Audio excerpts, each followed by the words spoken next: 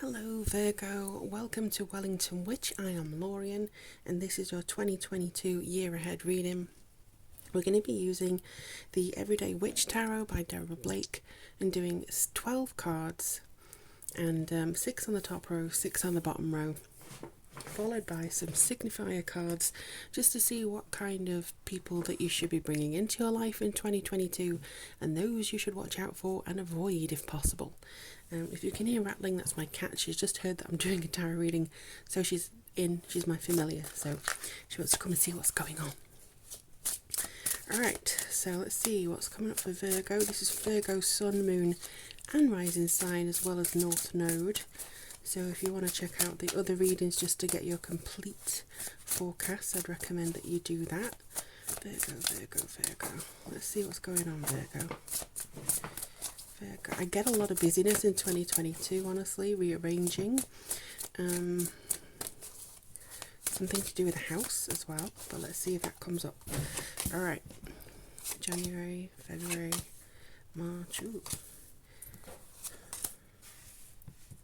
January, February, March, April, May, June, okay. July, okay. September, October, November. No, I'm just going to do 6. I'm losing track of the months here. And then at the bottom we have the King of Pentacles. Someone else had the King of Pentacles as well. I can't quite remember who that was. Let me just see if I can shifty this. It's very difficult at the moment because my tripod's gone quite slippery. So at the nearest jolt it'll just go pfft. So do apologise if you can't quite see everything, but I will bring them up to you. So you have 7 of Wands in January, Judgment in February, 3 of Swords in March, followed by 10 of Pentacles, Page of Pentacles, 6 of Swords, the Devil reversed, Queen of Wands, 2 of Pentacles, the Empress, the Magician and the 4 of Wands. So I do feel like there's a bit of topsy-turvy here. I don't think that the first half of the year is going to be smooth, but it doesn't necessarily mean that it's going to be awful. That's the thing, when I say, oh, it's not quite smooth, people suddenly panic and think that there's something terrible is going to happen. No, I see this as being more kind of fluid and stuff. You seem to have the big rewards and the payoff in the latter half of the year, whereas in the first half of the year it's more planning, making mistakes, rectifying those mistakes, seeing other people kind of come out the woodwork a little bit. But I think as soon as you get to June here, there's something that kind of twists on its head and you're able to feel freer, because especially towards the end of the year you just feel like you've got a lot of things going to plan and the hard work has finally paid off.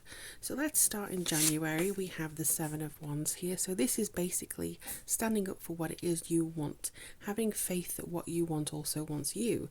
And I also feel like this is something to say if you have had some competition, if you've had some knockbacks, this is your perseverance. You have fulfilled something in January.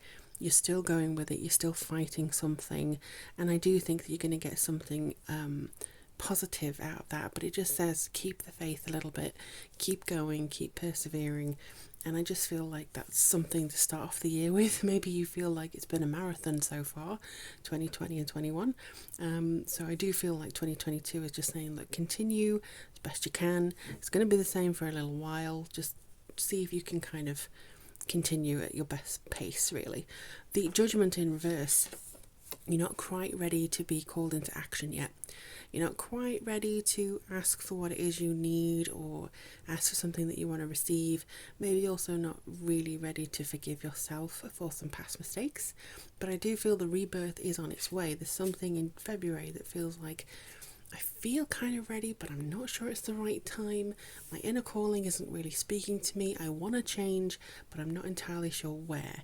And that's fine. If you start feeling in February that something is trying to call to you, you don't have to rush into it. Okay, you just have to kind of maneuver things as best as you can to see if you can find that out. It's all about figuring it out. I never say that in spirituality you know everything 100%. There's always going to be something to surprise you, and I think you're also going to be surprised this year, Virgo. 3 of Swords in reverse. This is communication, so I do feel like you're going to have some sort of bottling up of emotions. There could be some kind of a separation within your family or within your friend group. There could be some kind of grief coming in here that you just feel like you have to bottle it up, you can't express it. That's what it is reversed to me. Maybe you don't feel very well, or you feel quite emotional and you don't feel comfortable expressing it. You don't feel comfortable in divulging how you feel just yet. There's something that weighs heavy upon you in March that just feels like, I can't quite deal with this just yet. It's fine. It really is fine. You have permission to do that, because in 10 of Pentacles time, in April, every astrologer I know has said that April's going to be fantastic, and it looks like it is for you too. So don't worry, you have a little bit of a winter time, hard winter in the North Hemisphere, hard maybe end of summer in the Southern Hemisphere, but as soon as April comes around you feel more like, oh, I can breathe a collected sigh of relief. Something has brought you together with other people. It feels like there's an establishment, a completion of something here. You get what you want. This could indicate a house or a decision about a house, but I honestly believe that there's something coming in that you feel like a sigh of relief, something that you don't have to deal with anymore. There's something that just feels like it's all come together, and this is where it starts to get a little bit easier for you. So from April onwards, it feels like, oh yes, I can actually do this, I can do that, I feel freer. So that's really good, nice to see, especially with the Page of Pentacles. Now you feel like, okay, I've achieved something, or what I wanted to do now is achieved. You're able to kind of look at the new path that you have for yourself here. Maybe as simple as flipping a coin and seeing where you travel to next. You know, I see maybe restrictions are lifting and you're like, okay, where do I take myself next? Where do I take my soul next? To try and investigate things or have fun here, or, you know, the page is all about messages, but it's also about manifestation of new enterprises. So this could be, right, I finally know what I want to do with my career. I finally know, but how do I get there? It's look at the draw. Maybe I just need to be a bit spontaneous while having a map to get myself there. So you know the next steps, but you can choose and pick and choose basically where you want to go. Six of Swords is doing that. So in June you do that. You start the ball rolling. Six of Swords is about rite of passage, transition. You still have the experiences of the last few years. You have all your knowledge and your expertise, and you have a lot of potential, essentially. But it is something that you kind of have the wisdom behind you.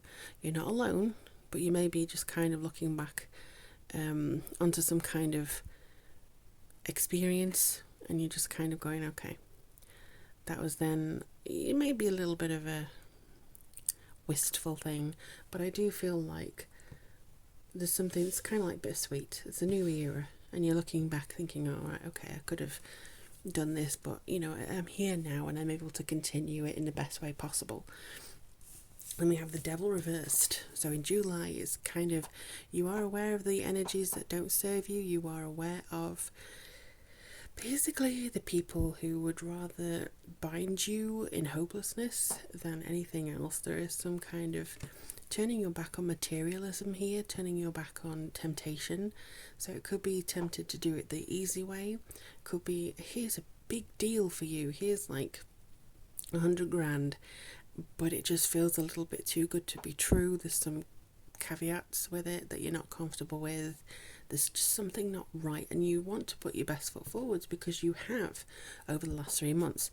And this one is saying trust your instinct. If you feel like the devil's in the details here, make sure you look over every single thing and trust that instinct, because you are the Queen of Wands. And this coming in August, sorry, not even August, is it? Yes, it is August. I'll get my months right one of these days. It feels a little bit like that you're coming into this influence of, I'm in charge of my ideas, I'm very quick with my creativity and problem solving, my vibrant energy is coming in now. And I think for those of you born in August, you could start to see a big change in your energy actually. You feel more in control. It's kind of like, the image I'm getting is of Galadriel in the Fellowship of the Ring, where she is tested by the ring, and she, you know, she sees what she would be like if she gave in to temptation, but she doesn't give in to temptation. She actually resists it, and she goes, oh, I remain myself. I've passed the test. This, in July and August, you're passing the test. And whatever test that is, you feel so much stronger and so much better for having done it. So much better. And then comes a time in September for balancing, making sure that you can feel yourself, making sure that you're not compromising too much. There's a duality here, which is mostly about adaptability. So you may have to change some plans, like you've got your balance right on and then a cat jumps on, so beware of the unexpected. Make sure that you can keep your balance despite anything that may come out of the woodwork here.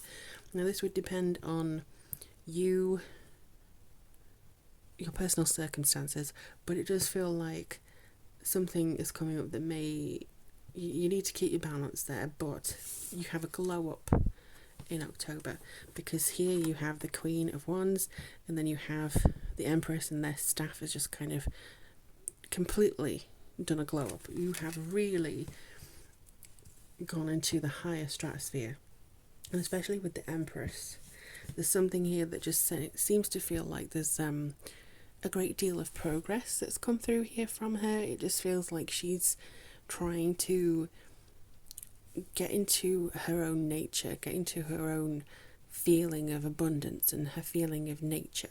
And that, I think, is something that you will embrace more towards the end of next year. Like I say, there's a lot of tests and things, and again, you're tested just to make sure you got the lesson, and then it goes off and you feel like you're actually glowing up and leveling up. You have the Magician here, you have the Four of Wands. So whatever happens around here, and here especially, it feels like you're able to continue moving into the rest of the year with a lot of space to think and space to grow and that kind of thing. So the the Empress here is certainly here to tell you that you have that abundance, you have that motherhood of, whatever you create, you can nurture that sense of motherhood. Then the Magician, wow. November is coming forwards with a sense of awareness, power, concentration. You have all the tools necessary to manifest whatever it is you desire.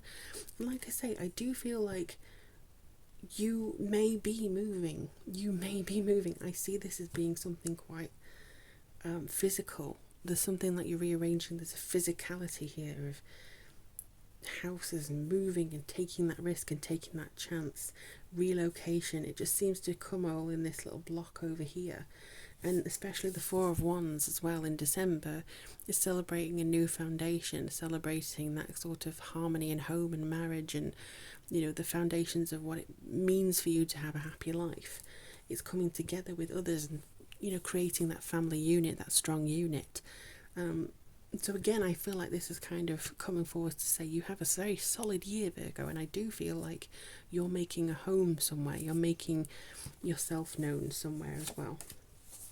All right, let's go and see what type of people you should be looking out for to bring into your life.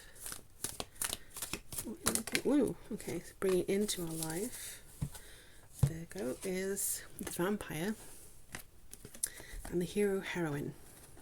So yeah, you need somebody to make you aware of people who are not necessarily doing things in your best interests, who are only there to drain your ideas, drain your energy, question you. So somebody will be bringing attention to, this person is no good. On the shadow side, you have to look out for chronic complaining and codependency, which also could come from you. Because if you're affected by one of these vampires, or anybody who drains your energy, you could start chronic complaining and being codependent. So this person will actually bring that to your attention and say, I think somebody's been draining you. I think you need to get out of the situation. Listen to that person. And then we have the Heroine. So somebody who is passionate for a journey of self-empowerment. This could be a coach, this could be a friend who's going through a similar journey to you as well. It is the case of you need to avoid just pure escapism, because escapism is not actually, it does help, like reading and watching movies and things, but you also have to do physical things to progress yourself forwards and actually do some work. So it's this person who will encourage you, who will be behind you, who will be passionate about what you want to achieve in the future, and also be your greatest advocate, really.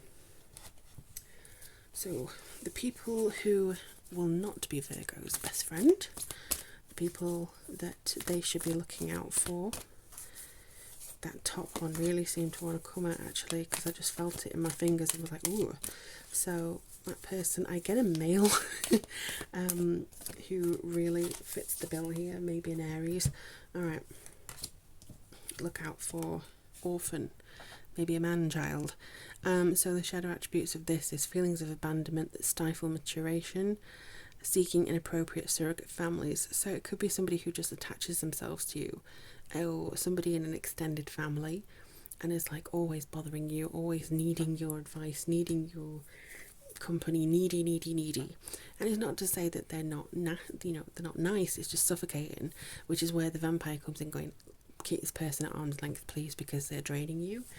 And then we have visionary. Okay, so this could be somebody who is kind of just there to make stuff up for the highest bidder, compromising their vision to make it more acceptable, being like, okay, I'll do whatever you say, that kind of person.